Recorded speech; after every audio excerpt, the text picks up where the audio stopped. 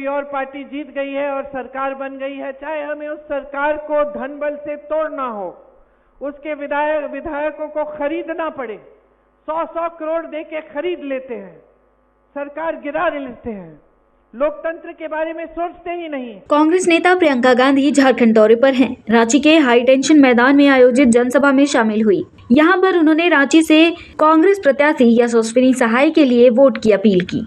इस कार्यक्रम में कांग्रेस के साथ इंडिया गठबंधन के कई बड़े नेता मौजूद रहे।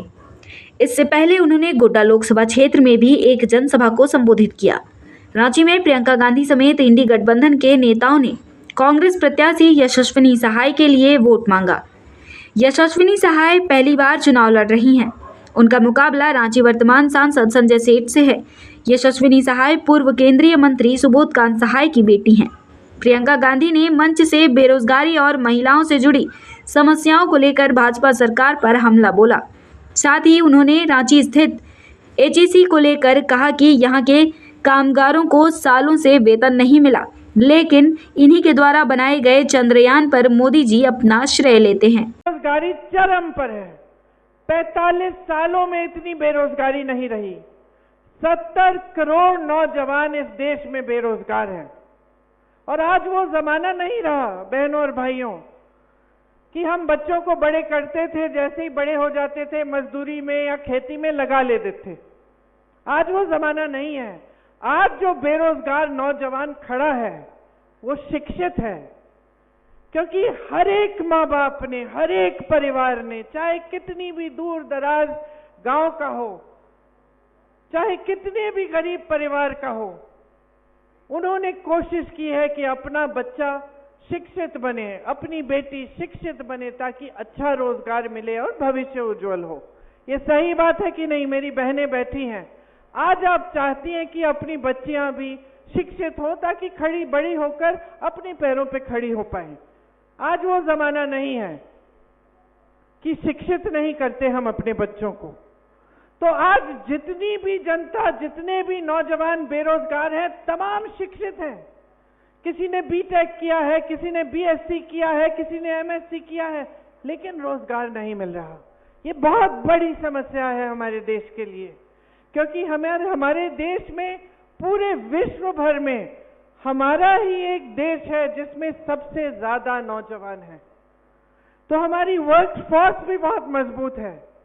अगर इन सब नौजवानों को रोजगार मिलता तो हम मजबूती से चाइना जैसे देशों का मुकाबला कर पाते मैन्युफैक्चरिंग में और वर्कफोर्स में। आज वो परिस्थितियां नहीं है। तो ये एक सबसे बड़ी हमारी समस्या है। रोजगार आएगा कहां से? आपने अपने यहाँ ही देखा है HEC का। किसी ने मुझे यहाँ आते आते बोला इसको बचाइए। अब ये खड़ा किया गया आपके लिए और आज इसको कमजोर करके लगभग बंद होने के कगार पे है। सालों के लिए किसी को सैलरी नहीं मिली है। मोदी जी श्रेय लेते हैं। जब चंद्रयान 3 जाता है, मोदी जी श्रेय लेते हैं, उनकी फोटो खिंचती है, छपती है। और जिसने उसके लिए सारा काम किया, जिन इंजीनियरों ने काम किया, जिन्होंने स्टील बनाया, उनका क्या होगा? उनको आप सैलरी तक नहीं दे रहे हैं, उनके बारे में आप पूछ नहीं रहे हैं। तो जब मैंने शुरुआत की अपने भाषण की, तो मैंने अपनी राजनीति की नींव की बात की, लोकतंत्र की नींव की बात की। क्यों? क्योंकि आज जो राजनीति देश में हावी है वो सच्ची राजनीति नहीं है बहनों और भाइयों। वो सिर्फ सत्ता लेने के लिए है। और जो राजनीति इस देश में सालों के लिए चल रही थी, जिनके आपने मिसाल देखे, पंडित जवाहरलाल नेहरू ने जो जो स्थापित किया आपके रांची में भी, जितने बड़े इंस्टीट्यूट, जितनी चीजें स्थापित की, ये क्यों की? इंदिरा गांधी ने अगर देश सेवा की, देश के लिए शहीद हुई, 33 गोली खाई, देश के लिए क्यों किया? राजीव गांधी शहीद हुए, क्यों हुए?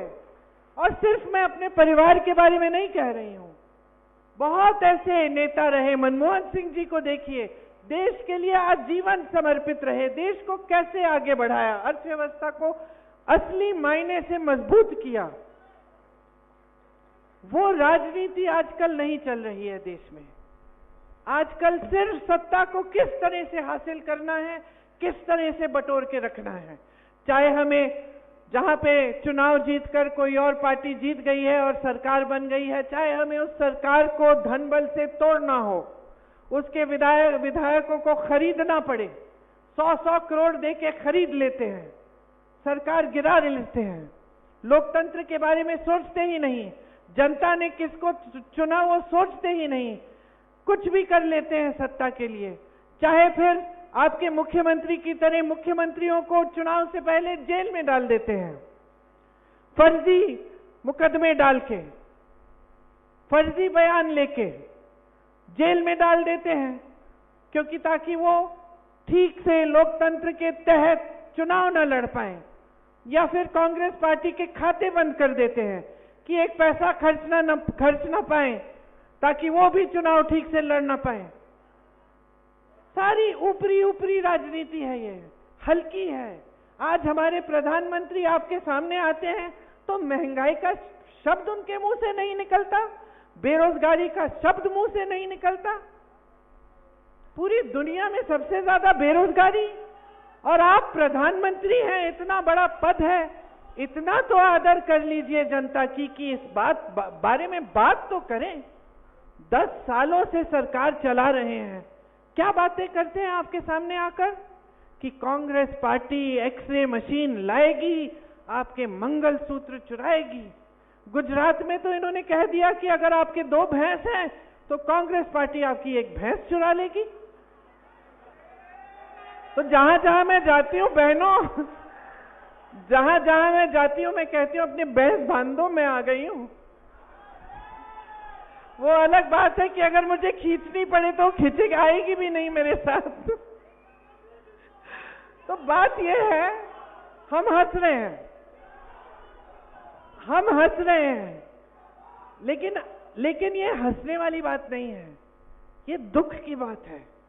ये दुख की बात है कि आज हमारे देश के जो सबसे बड़े नेता हैं वो इतना भी आदर नहीं कर रहे हैं हमारी देश की जनता की, कि चुनाव के समय जब वोट लेने का समय है, 10 साल आपकी सरकार रही है, तो कम से कम जो आपने किया है विकास के लिए। नहीं हूँ, 2 दिन रह गए हैं चुनाव के, और अभी हमें दिखाना है कि हम किस तरफ हैं। उन लोगों के साथ जो नफरत फैलाते हैं, भेदभाव करते हैं, धर्म की राजनीति करते हैं, फर्जी राष्ट्रवाद करते हैं, या हम उनके साथ हैं। राहुल गांधी जी ने जैसे कहा कि मोहब्बत की दुकान के बारे में जो वो बात करते हैं, हम प्रेम और मोहब्बत के साथ हैं। हमें ये फैसला करना होगा। तो रांची की जनता, क्या आपने फैसला कर लिया है? मोहब्बत की जीत होगी कि नहीं नफरत पर? हमारी जो समस्याएं हैं उनका भी समाधान हमें मोहब्बत ही से मिलेगा।